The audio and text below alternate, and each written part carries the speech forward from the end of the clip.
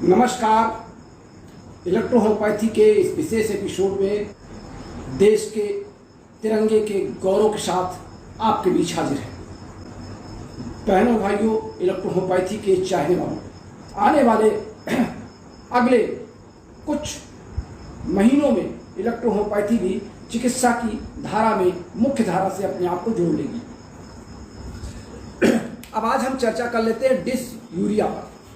Dysuria, जिसे हम ये कह सकते हैं पेशाब का रुक के आना, पेशाब में हल्की सी जलन होना, ये महसूस होना कि हमको पेशाब लगी है और पेशाब नहीं हो पा रही, पेशाब का फ्लो नहीं बन पा रहा है, और यूरिनरी ब्लैडर का तन जाना, ये इसके लक्षण होते हैं।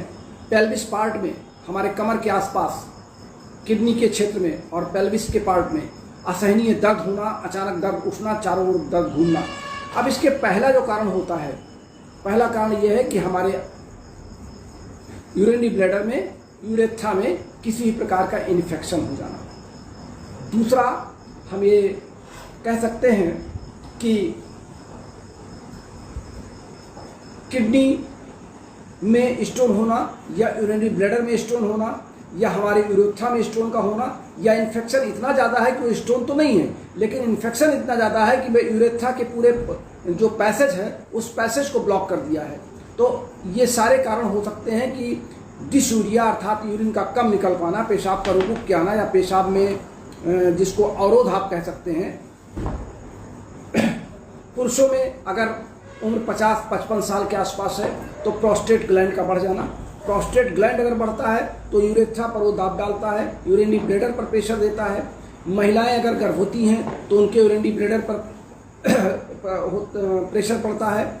और कभी कभी ये भी देखा गया है कि महिलाओं में सर्विक्स के आसपास कुछ ऐसे दाने और उसके इन्फेक्शन हो जाते हैं जिसका संक्रमण यूरेथ्रा पर हो जाता है, और वो जब पेशाब की अनुभूति उनको होती है या यूरिन पास करने की अनुभूति होती है तो उनको ईचिंग अंदर होती है, तो वो ईचिंग उनको पेन के साथ होती है।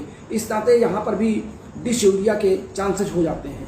तो काज आप पता कर लें, ये देख लें कि उसकी शिकायत में क्या क्या दिक्कतें नज़र आ रही हैं और किन किन ऑर्गन्स की ओर उसकी शिकायतें हो रही हैं। उस हिसाब से आप दवाओं का चयन करके आप इलेक्ट्रोहोम्योपैथी में यूज कर सकते हैं।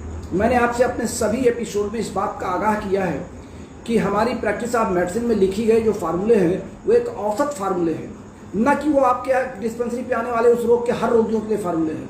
क्योंकि हर रोगी की शारीरिक दशा अलग अलग हो सकती है।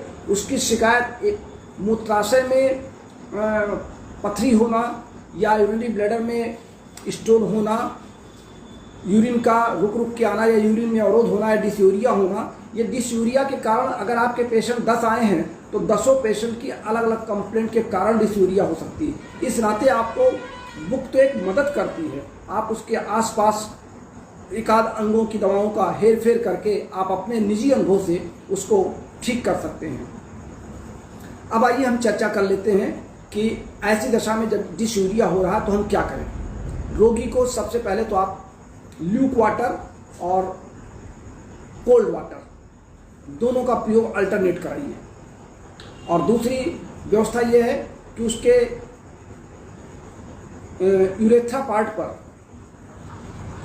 हॉट वाटर और कोल्ड वाटर का आप एक तरीके का जिसको आप कह सकते हैं कॉटन में भिगो करके भी रखवा सकते हैं। अगर उसको पेन ज़्यादा हो रहा है या रुक के पेशाब आ रही है तो एक कपड़े में हॉट वाटर कर लीजिए, एक कॉटन में, और एक कॉटन में कोल्ड वाटर कर लीजिए, और दोनों को अप डाउन करके ऊपर नीचे रख करके यूरेथ्रा के आसपास उसको रख देंगे तो पेशाब जल्दी से फ्लो में आने का चांसेस शुरू हो जाएगा।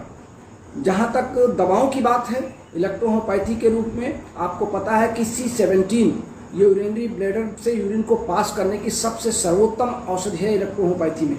तो C17 का ध्यान आपको तुरंत आना चाहिए।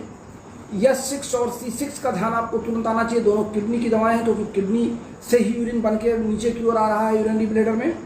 और तीसरा आप कह सकते हैं कि अगर यूरिनरी ब्लैडर में, किडनी में, यूरेथ्रा में कहीं भी स्टोन के चांसेस नज़र आ रहे हैं तो वहाँ पे आपको C4 भी देना पड़ेगा।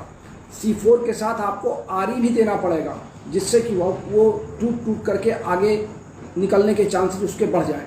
ये आपका पहला फार्मूला बनेगा C4, S6, C6, C17 और RE। आप 20 ड्रॉप से लेकर के 40 ड्रॉप तक इसका उपयोग कर सकते हैं, दिन में 4 से लेकर के 6 बार तक, और अगर ज़रूरत हो तो आप 2 आवरली कर सकते हैं।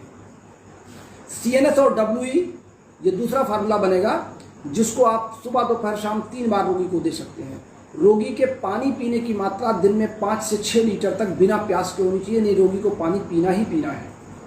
मैं समझता हूँ कि आज के लिए आप सब ने इस बात का ध्यान रखा होगा कि इलेक्ट्रोहोम्योपैथी की औषधियाँ हार्मलेस होती हैं, ट्रांसपेरेंट क्लियर होती हैं और इनका कोई साइड इफ़ेक्ट नहीं होता है। इस नाते इलेक्ट्रोहोम्योपैथी इस दुनिया की आने वाली सबसे अच्छी, सरल, सर्वोत्तम और सस्ती चिकित्सा प्रणाली बनने जा रही है हमारे भारतवर्ष में।